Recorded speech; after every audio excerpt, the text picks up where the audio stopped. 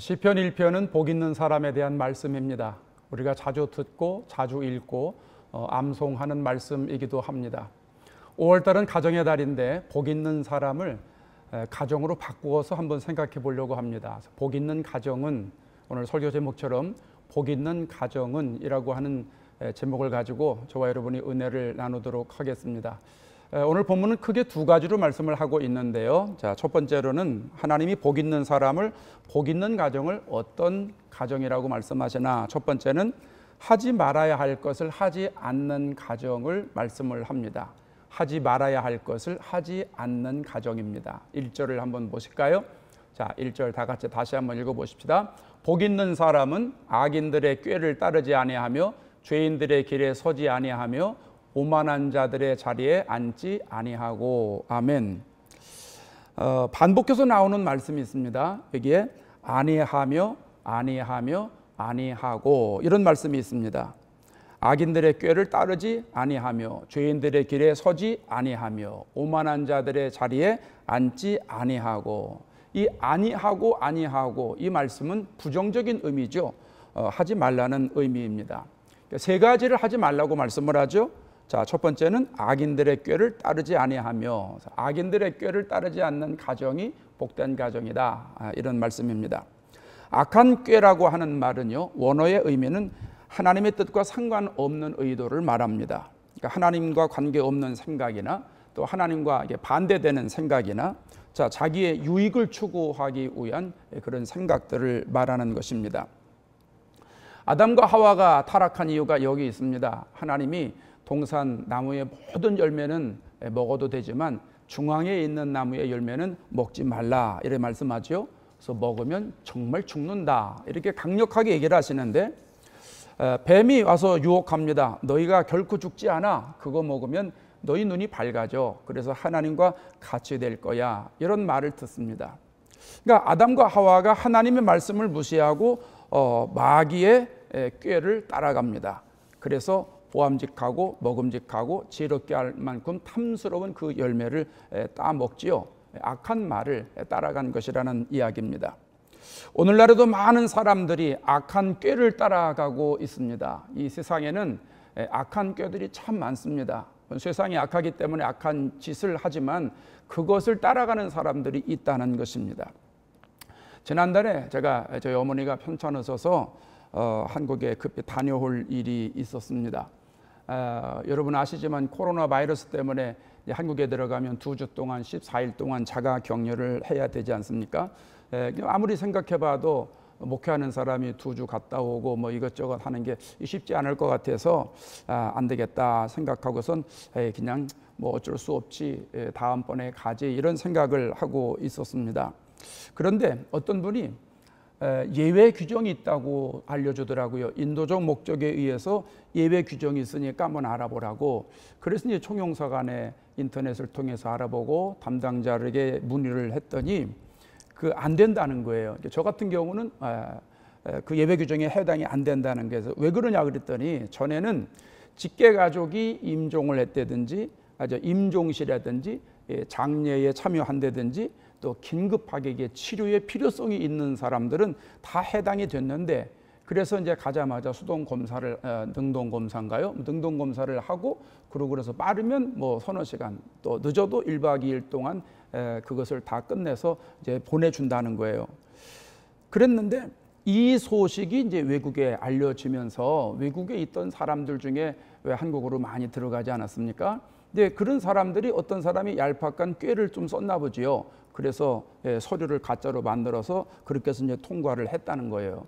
그 소식을 또 이제 많은 사람들이 듣고, 그 방법으로 하면 되겠구나 해서 14일 동안 자가격리하는 게 자기들이 귀찮다고 그 방법을 통해서 이렇게 했다는 얘기입니다. 근데 그런 사람들이 많아졌다는 거예요.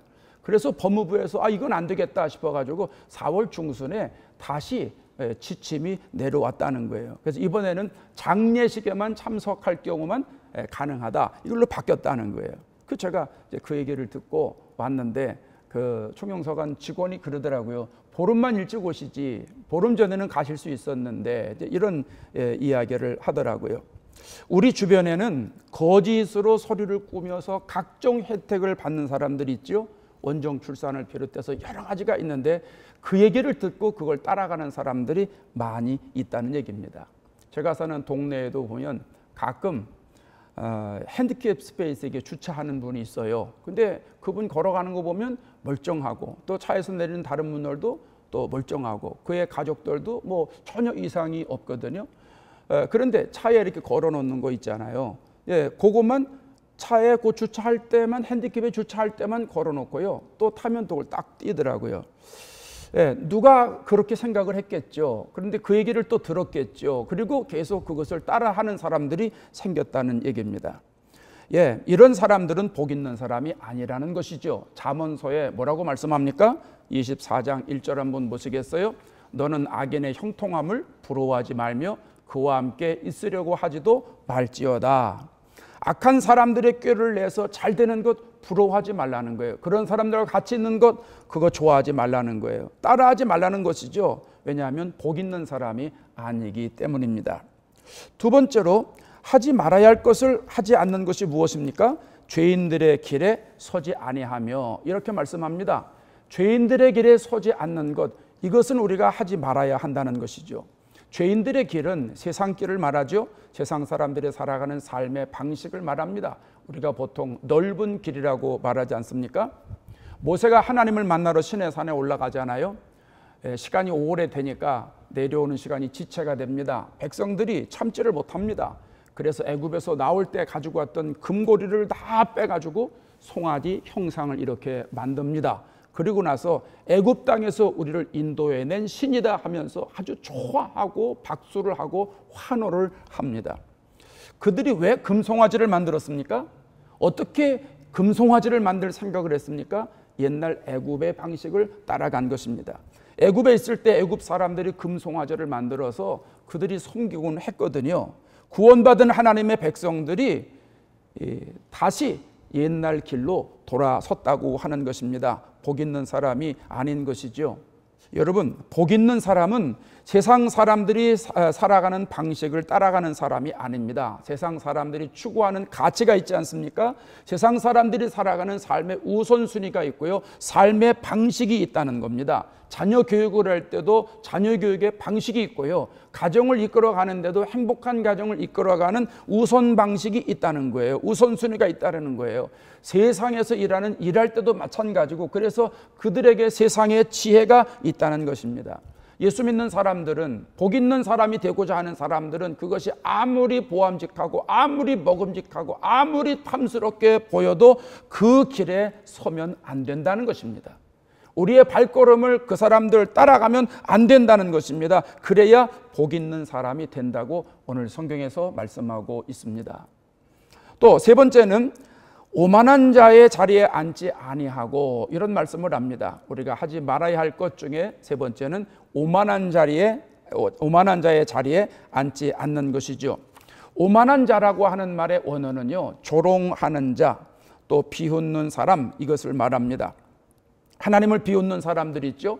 하나님의 말씀을 조롱하는 사람들이 있죠. 이런 사람들은 복 있는 사람이 아니라는 것입니다.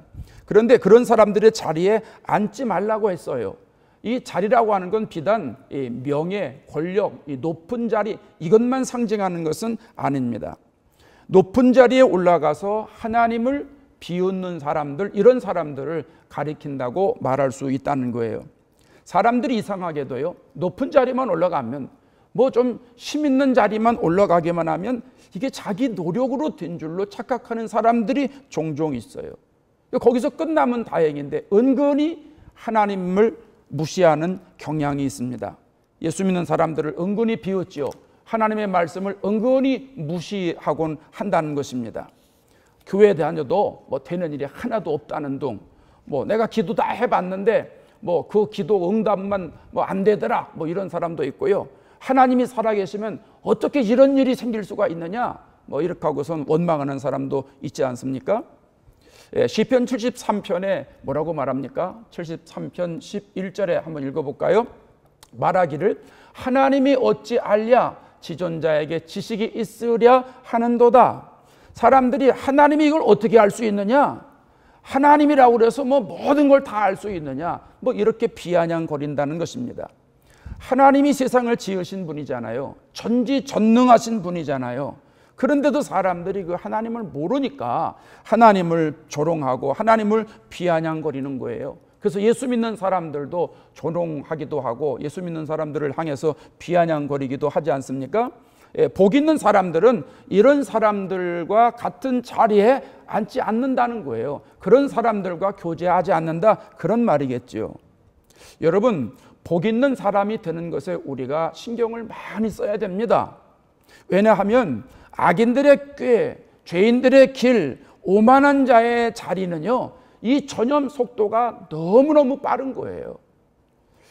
죄의 전염 속도는요, 우리가 생각하는 그 이상의 속력을 가지고 있습니다. 요즘 우리가 느끼는 거 있지 않습니까?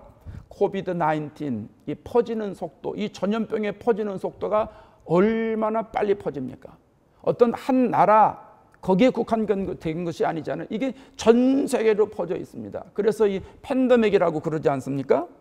예, 악한 자의 생각이나 또 넓은 길이나 교만한 마음은 쉽고 빠르고 신속하게 전염이 됩니다. 그래서 오늘 예배드리는 저와 여러분들은 신경을 많이 써야 됩니다. 악한 꾀를 따르지 않아야 되겠다 하는 마음의 결단이 있어야 되고, 죄인의 길에 서지 않아야 되겠다고 하는 결단이 있어야 되고, 오만한 자의 자리에 앉지 않아야 되겠다고 하는 결단이 있어야 됩니다. 이런 사람들이 복 있는 가정이라는 것입니다. 이런 사람이 복 있는 사람이라는 것입니다. 저와 여러분 모두가 다 이런 복 있는 사람이 되실 수 있기를 바랍니다.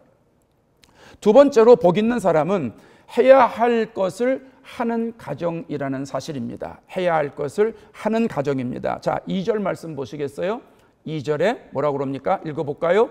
오직 여호와의 율법을 즐거워하여 그 율법을 주야로 묵상하는도다. 시편이 기록될 당시에 여호와의 율법은 모세 오경이라고 말할 수 있습니다. 근데 오늘날 여호와의 율법은 성경 모두를 가리키죠. 66권 하나님의 말씀 전체가 율법입니다. 복 있는 사람은 하나님의 말씀을 즐거워하고 밤낮으로 묵상하는 사람이라고 했습니다. 좀 구체적으로 들어가서 생각해 보겠습니다. 자, 2절을 다시 한번 보세요. 자, 해야 할 것을 해야 하는 가정, 그럼 무엇을 해야 됩니까? 2절에 가면 오직 여호와의 율법을 즐거워하여, 하나님의 율법을 즐거워하는 사람이 복 있는 사람이라는 것입니다. 즐거워한다는 것은 말씀을 듣고요, 말씀을 또 읽고요, 말씀을 지키는 것 다 포함되지 않습니까?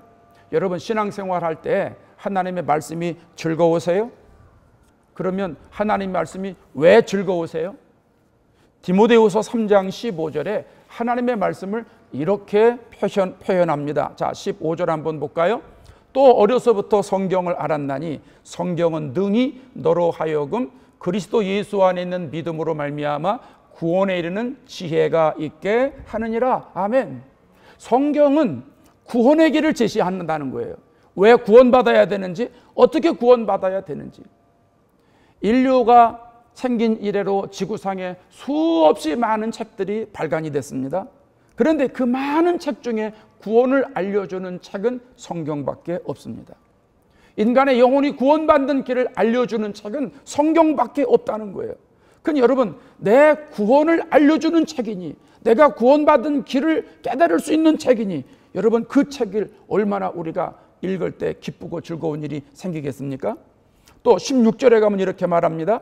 모든 성경은 하나님의 감동으로 된 것으로 교훈과 책망과 바르게 함과 의로 교육하기에 유익하니, 성경은 하나님의 감동으로 됐다는 거예요. 하나님의 숨결이 담겨져 있다는 거예요. 그래서 그 성경을 우리가 읽으면 그 성경이 우리를 교훈한다는 거예요. 바른 길을 가르쳐 준다는 것이죠. 또 성경이 책망하신다는 거예요. 우리가 잘못하는 것 지적해 주신다는 것이죠. 또 바르게 하신다는 거예요. 이건 방향성을 얘기를 해줍니다. 또 의로 교육한다는 거예요. 우리를 훈련시켜 준다는 거예요. 이걸 한마디로 말하면 뭐예요? 신앙 인격자로 만들어 준다는 거예요. 예수님의 성품을 닮은 사람으로 우리를 그렇게 만들어 주신다는 거예요. 여러분 보세요. 우리가 성경을 읽지요, 성경을 듣지요, 성경을 지키죠, 이러면서 경험하는 것이 있잖아요. 우리가 하나님을 알게 된다는 거예요. 성경을 통해서 야, 하나님은 창조주시구나, 아, 하나님은 통치자시구나. 하나님은 오늘도 우리를 보호해 주시는 분이로구나. 아, 하나님은 사랑이 많으신 분이로구나. 그 하나님이 예수님을 보내주셨구나. 우리가 그 하나님의 아가페 사랑 속에 날마다 살아갈 수 있는 것이로구나. 이것을 성경을 통해서 알게 된다는 것이죠. 동시에 우리가 성경을 통해서 나를 알게 된다는 거예요. 여러분, 나는요, 나를 잘할 것 같아요. 그런데 세상에 나처럼 나를 모르는 사람이 없어요. 내가 나를 몰라요. 내가 알고 있는 것은 주관적인 나예요. 내면 깊숙하게 숨겨져 있는 나를 잘 몰라요. 누가 가르쳐준다고 알 수 있는 것도 아니에요. 무슨 IQ 테스트를 한다고 알 수 있는 것도 아니고, 적성검사를 한다고 할 수 있는 것도 아니고, 인성검사를 할 수 있다고 하는 것도 아닙니다. 내가 나를 가장 잘 알 수 있는 방법은 하나님의 말씀이 내 속에 들어올 때입니다. 하나님의 말씀이 내 속에 들어와서 나를 인격적으로 터치해 주실 때 내 속에 숨겨져 있는 나를 알게 된다는 거예요. 그래서 야, 내가 죄인이구나. 야, 나는 수없이 많은 죄를 지은 사람이구나. 하나님의 말씀과는 거리가 먼 사람이구나. 나는 정욕 덩어리로구나. 나는 욕심 덩어리로구나 하는 것을 알게 된다는 거예요. 그래서 그 하나님의 말씀을 통해서 나를 알게 되고, 이러면서 사람들이 깨닫고 하는 고백이 있지 않습니까? 시편 119편에 뭐라고 말합니까? 한번 크게 읽어보십시다. 우리가 잘 아는 말씀인데, 자, 신앙 고백을 담아서 한번 읽어보십시다. 시작. 주의 말씀의 맛이 내게 어찌 그리 단지요? 내 입에 꿀보다 더 단이다. 내가 나를 몰랐는데 하나님이 나를 가르쳐 주세요. 나를 깨닫게 해주세요. 그래서 내가 하나님도 알고 나를 알아가요. 여러분, 이게 얼마나 기쁜 거예요. 오늘 본문에 이 시편 119편 103절의 저자는 뭐라고 그래요? 꿀보다 더 달다. 이로 말로 표현할 수 없다는 거죠. 내가 잘못된 길로 가고 있을 때 그걸 가르쳐 주시니 얼마나 여러분 인생에 단맛이 있겠습니까? 또 내가 힘과 능력을 얻는 것도 가르쳐 주시니 얼마나 기쁘고 즐거운 일입니까? 그래서 하나님의 말씀은 내가 읽고 듣고 지키고 할 때마다 기뻐할 수밖에 없는 거예요. 또 17절에서 뭐라고 그럽니까? 디모데후서 3장 17절 한번 읽어보십시다. 이는 하나님의 사람으로 온전하게 하며 모든 선한 일을 행할 능력을 갖추게 하려 함이라. 하나님의 사람으로 나를 만들어 준다는 거예요. 누가요? 하나님의 말씀이. 성경을 내가 읽고 성경을 듣고 성경을 그대로 지키고 살아갈 때 하나님이 나를 하나님의 사람으로 만들어주고, 동시에 주님의 일을 할 수 있는 능력을 갖춘 사람으로 만들어준다는 거예요. 저는 이제까지 살면서 제가 제일 놀랍고 제일 기쁘고 감사하고 기가 막힌 것은 제가 주님의 일을 할 수 있는 사람이 됐다는 겁니다. 저는 보잘것없는 사람인데, 세상의 정욕에 물들어 있는 사람인데 성경을 통해서 하나님의 사람으로 만들어 주시는 거예요. 그리고 거룩한 일을 할 수 있도록 하나님의 길을 열어 주시는 거예요. 얼마나 감사한지 몰라요. 그래서 주님의 일을 할 때마다 얼마나 기쁘고 얼마나 즐겁고 얼마나 감격적인지 몰라요. 하나님의 일을 한다고 하는 것이 내 인생의 최고의 축복이다, 이런 생각을 가지고 있습니다. 그래서 시편 112편 1절에서 이런 고백을 하는데, 이 고백이 참 좋습니다. 읽어봅시다. 할렐루야. 여호와를 경외하며 그의 계명을 크게 즐거워하는 자는 복이 있도다. 하나님께서 나를 하나님의 사람으로 만들어주고 신앙 인격자로 만들어주고 예수님의 성품을 가진 사람으로 만들어줘서 주님의 일을 하는 사람으로 나를 사용하시니 여러분 얼마나 기쁘고 즐거운지 몰라요. 이런 사람이 복 있다고 다시 한번 말씀하지 않습니까? 여러분, 하나님의 말씀이 즐거우시기를 바랍니다.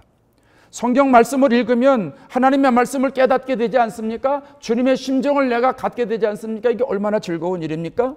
하나님 말씀을 들으면 믿음이 생기잖아요. 믿음은 들음에서 난다고 했으니까 하나님 말씀을 자주 들으시기를 바랍니다. 또 하나님의 말씀을 지키면 복을 받습니다. 하나님 말씀이 그대로 이루어지니까 내 삶에서 하나님의 말씀이 이루어져서 내가 말씀에 증인된 삶을 살아가지 않습니까? 복 있는 사람이 안 될 수가 없는 것이죠. 저와 여러분들은 해야 할 것을 반드시 해서 지키는 사람이 되어서 복 있는 사람과 복 있는 가정이 되시기를 바랍니다. 또 두 번째는 해야 할 것을 해야 하는 가정은 어떤 가정입니까? 2절 한번 볼까요? 그의 율법을 주야로 묵상하는도다. 자, 이 묵상이라고 하는 것은요, 이 생각으로 내가 되새겨보고 음미하고 이제 이런 것을 의미하는데, 사실은 원어의 뜻은 뭐냐 하면 내가 중얼중얼 거리는 소리를 가리켜서 묵상이라고 말합니다. 이게 원어의 의미입니다. 학자들의 말에 의하면 이스라엘 백성들이 바벨론 포로 가기 전까지는 하나님의 말씀을 묵상할 때 웅얼웅얼 하면서 묵상을 했다는 거예요. 그런데 바벨론 포로 이후가 되면서 그들이 이스라엘에 다시 본국에 돌아오면서부터는 마음속으로 생각하는 의미로 이게 바뀌었다는 것이죠. 그러니까 하나님의 말씀을 묵상한다라고 하는 것은 오늘날의 큐티라고 생각할 수도 있고요. 또 유대 사람들은 아직도 그 통곡의 벽 이런 데 가보면 유대 사람들이 이제 성경을 읽는 것이 있는데, 그 사람들은 서가지고 성경을 이렇게 중얼중얼 하면서 소리 내면서 이렇게 이 몸을 이렇게 흔들면서 그의 율법을 주야로 묵상하는 자로다, 이렇게 계속 흔들면서 읽는 것을 볼 수 있거든요. 어쨌든 오늘 본문의 율법을 주야로 묵상한다라고 하는 것은 두 가지 의미를 다 포함해 보자는 얘기입니다. 그러니까 밤낮 가리지 않고 성경을 묵상하는 가정이나, 또 밤낮 가리지 않고 웅얼웅얼 하면서 성경을 이렇게 읽는 그런 가정이나, 이런 가정이 다 복이 있다고 하는 말씀입니다. 부끄러운 일이지만 한국 교회가 신앙은 좋은데 인격이 약하다, 이런 평가를 받고는 합니다. 그러니까 믿음은 너무 좋은데 거기에 따른 대책이 없다, 이런 얘기입니다. 교회에서는 아주 신실하고 열심히 하고 충성하고 천사와 같은 마음으로 하는데, 예수님 같은 마음으로 하는데 이제 세상에 나아가면 그 마음이 싹 없어진다, 이제 이런 얘기죠. 여러 가지 원인이 있을 수 있습니다. 그 중에 가장 기본적인 것은, 가장 중요하다고 말할 수 있죠. 하나님의 말씀을 묵상하고 그 말씀대로 살지 않기 때문입니다. 하나님의 말씀을 읽고 듣고 지키고 묵상하면서 내 마음속에 말씀이 들어가 있어야 내가 말씀에 움직이지 않습니까? 그런데 말씀을 듣기만 하고 말씀을 눈으로 보기만 하고 말씀을 흘려보냅니다. 그러다 보니까 내 마음속에 하나님의 말씀이 들어가 있지 않습니다. 그러니까 하나님 말씀과 내가 따로따로 살아가게 됩니다. 그러니까 이런 소리를 듣는데 참 창피한 얘기다, 이런 생각을 합니다. 저 중국의 연변과학기술대학이라는 것이 있습니다. 예전에 김진경 박사가 총장이었을 때인데 평양에 평양과학기술대학, 평양과학이대를 이제 세웠습니다. 근데 이제 이분이 평양을 왔다 갔다 하면서 스파이다 해가지고 40일 동안 억류돼서 있었던 적이 있습니다. 그래서 이제 독방에서, 정치범으로 들어가 있잖아요. 그냥 독방에 있어서 지내야 되는데 책을 읽을 수도 없고 성경을 읽을 수도 없고 이제 다 뺏긴 거예요. 가지고 있는 성경까지도 전부 뺏겨가지고 이제 혼자 있습니다. 그러니까 독방에 혼자 있으니까 아무것도 할 게 없으니까 이분이 성경 말씀을 좀 내가 암송해야 되겠구나, 말씀을 내가 좀 묵상해야 되겠구나, 이렇게 생각을 하고선 그동안 성경을 많이 읽었는데 그 성경을 이제 이 머릿속에 있는 걸 끄집어내면서 묵상을 하는데, 생각을 해보니까 성경 구절을 내가 정확히 알고 있는 게 얼마 되지 않더라는 거예요. 그러면서 그때 이런 생각을 하셨대요. 내가 이럴 줄 알았으면 평소에 성경을 많이 애워두는 것인데, 이런 일이 있을 줄 알았으면 성경을 많이 애워둬서 언제든지 내가 쉽게 묵상할 수 있는 것인데, 이런 아쉬움을 표했다는 겁니다. 여러분, 김진경 총장님만 그러시겠지요? 저와 여러분은 어떠세요? 우리도 별 차이 없습니다. 오늘 우리 모든 성도들 가정은, 전 이런 말씀을 생각을 했어요. 우리 모든 성도들 가정에서 성경 읽는 시간을 신설했으면 좋겠다. 바이블 타임을 만들었으면 좋겠다는 거예요. 자녀들과 함께 있는 가정들은 자녀들과 함께 일정 시간을 정해서 10분이라도 괜찮아요. 우리 시간 성경 읽는 시간이다. 같이 읽든지 흩어져서 읽든지 상관없이. 부부가 있는 가정들은 부부가 성경 읽는 시간 정해가지고 그 성경을 읽는 것이죠. 혼자 있는 분들은 성령님과 함께 성경을 읽는 거예요. 우리 교회 성경 읽기 3장방, 4장방, 5장방, 2장방 있지 않습니까? 네, 거기에 들어가셔서 그 진도에 맞춰서 성경을 읽으셔도 되고, 또 그날 내가 읽는 성경 진도에 맞춰서 성경을 읽으셔도 되고, 부모가 자녀들 앞에서 성경을 읽으면요, 나중에 아이들이 성경을 읽으면서 자라갑니다. 근데 현대인들의 아쉬움은, 현대 교인들의 아쉬움은 자녀들이 집에서 부모가 성경 읽는 걸 보질 못했기 때문에 아이들이 집에서 성경을 안 읽습니다. 그러니까 성경을 읽지 않았기 때문에 성경대로 살아갈 수가 없게 되는 것이죠. 그러니까 우리 모든 성도들이 가정의 달을 맞이해서 성경 읽는 시간을 만드는 거예요. 지난주에 제가 뭐라고 말씀드렸어요? 가정 예배 드리는 시간 만들자고 그랬죠? 예, 가정 예배 드리는 시간에 성경을 같이 읽으면 얼마나 좋겠습니까? 그걸 꾸준하게 하다 보면, 일주일에 하루라도 그렇게 하다 보면 하나님의 말씀을 읽는 가정이 돼서 그 말씀에 순종하는 가정이 돼서 복 있는 가정이 된다는 것입니다. 소가 여물을 먹지 않습니까? 저 어릴 때 소를 많이 키워봤어요. 소가 풀을 뜯어 먹어요. 그러면 소가요, 지치지 않고 계속 먹습니다. 계속 먹는데 그걸 먹어서 첫 번째 위, 두 번째 위에다가 계속 집어넣습니다. 소는 위가 4개 있지 않습니까? 첫 번째 위, 두 번째에다 계속 집어넣고, 그리고 이제 나중에 거기에 있는 그 풀을 다시 끄집어내가지고 다시 이렇게 씹습니다. 앉아가지고 혼자 이렇게 여유 있게 씹어요. 그러고 나서 이제 세 번째 위, 네 번째 위로 이렇게 계속 넘기지 않습니까? 우리가 성경을 수시로 읽는 거예요. 그러니까 우리가 성경의 뜻을 잘 몰라도 괜찮아요. 계속 읽고 또 조용히 그 말씀을 묵상하고 이렇게 하다 보면 복 있는 사람이 당연히 되지 않습니까? 저와 여러분들은 정말 해야 할 것을 해야 하는 사람이 되어서 하나님의 말씀, 그 율법을 주야로 묵상하는 그런 축복의 가정, 축복의 사람들이 되어서 복 있는 가정이 되시기를 바랍니다. 세 번째는 형통의 축복이 임하는 가정이 되었으면 좋겠습니다. 자, 3절을 보실까요? 3절 마지막 절입니다. 다 같이 읽어보십시다. 그는 시냇가에 심은 나무가 철을 따라 열매를 맺으며 그 잎사귀가 마르지 아니함 같으니 그가 하는 모든 일이 다 형통하리로다. 아멘. 시냇가에 심은 나무가 철을 따라 열매를 맺는다고 했습니다. 봄에는 봄에 열매를 맺고요, 여름에는 여름에 열매를 맺고요, 가을에는 가을에 열매를 맺고요, 또 겨울에는 겨울에 열매를 맺죠. 겨울에도 열매 맺는 게 있지 않습니까? 또 겨울을 지나야만 그 다음에 열매 맺는 게 있습니다. 겨울이 꼭 필요한 것들이 있다는 이야기입니다. 그가 하는 모든 일이 형통하리로다. 예, 복 있는 사람은요, 하나님의 말씀을 묵상하고 그 말씀을 그대로 지키고 그 율법을 그대로 살아가고 이런 사람들이기 때문에 하는 일이 전부 다 형통한다는 거예요. 그래서 가뭄이 와도 열매를 맺게 된다는 거죠. 어려운 환경과 여건이 있어도 푸른 인생이 된다는 거예요. 만사 형통의 복을 받는 가정이 된다는 말씀입니다. 어떤 가정에서 받을 수 있어요? 예, 하지 말아야 할 것은 하지 않고 해야 할 것은 하는 가정이 이런 복과 은혜가 있다는 것입니다. 여러분, 성경은 하나님의 말씀을 읽고 듣고 지키고 묵상하는 사람에게 형통의 축복이 주어진다고 약속하고 계십니다. 여호수아 1장 8절에 가면 여호수아에게 주시는 말씀인데, 자, 1장 8절 한번 보십시다. 이 율법 다 같이 읽어볼까요?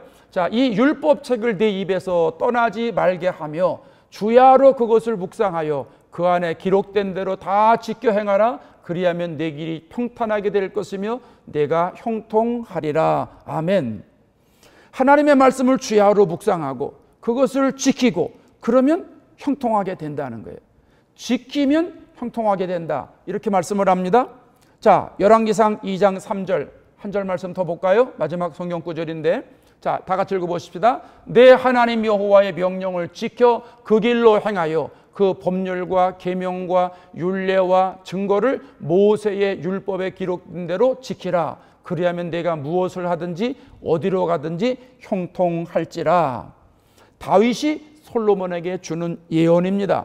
여기에 법률, 계명, 율례, 증거라고 하는 말이 나오죠. 이건 다 하나님의 말씀이지 않습니까? 그 말씀을 어떻게 하라는 거예요? 지키라는 거예요. 지키면 형통한다는 거예요.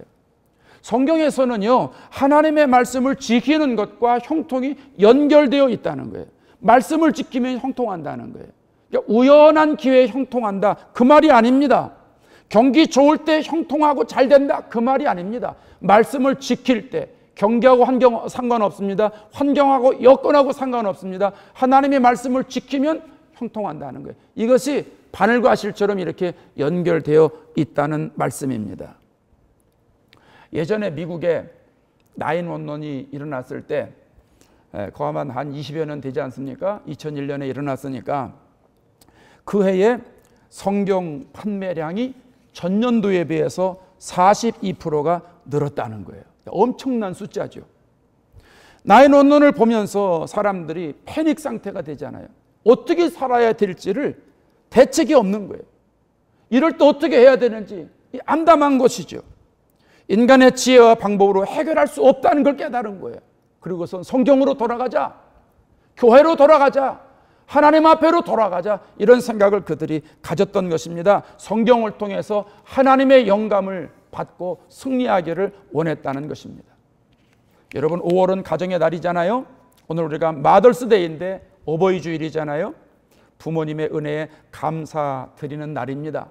오늘 저는 부모의 사명에 대해서 말씀을 드렸습니다. 부모의 사명은 복 있는 가정을 만들어서 자녀들에게 물려주는 것입니다. 복 있는 가정, 성경에서 말하는 복 있는 가정을 만들어서 하지 말아야 할 것은 하지 않는 가정이 돼서 그런 가정을 만들어서 물려주는 거예요. 또 해야 할 것은 하는 가정을 만들어서 그것을 자녀들에게 물려주는 거예요. 악인의 꾀를 따르지 않는 가정, 죄인들의 길에 서지 않는 가정, 오만한 자의 자리에 앉지 않는 가정, 또한 하나님의 율법을 즐거워하는 가정, 그 율법을 주야로 묵상하는 가정, 이런 가정을 우리 어른들이 만드는 것이죠. 그리고 그것을 만들어서 그것을 자녀들에게 그대로 물려주는 것입니다. 여러분, 그런 가정이 얼마나 형통한 가정이 되겠습니까? 복된 가정 아닙니까? 하나님의 말씀을 통해서 반석 위에 세운 가정을 만드셔서 하나님이 주시는 은총과 은혜와 형통의 복이 충만히 임하는 저와 여러분의 가정 되시기를 주의 이름으로 축원합니다. 기도하겠습니다. 하나님 아버지, 감사합니다. 가정의 달을 맞이해서 어떻게 하면 복 있는 가정을 만들까 생각하면서 주의 말씀을 들었습니다. 복 있는 가정은 하지 말아야 할 것은 하지 않는 가정이고 해야 할 것은 해야 하는 가정입니다. 하나님, 우리 모든 성도들 가정에 복 있는 가정으로 만들어 주시옵소서.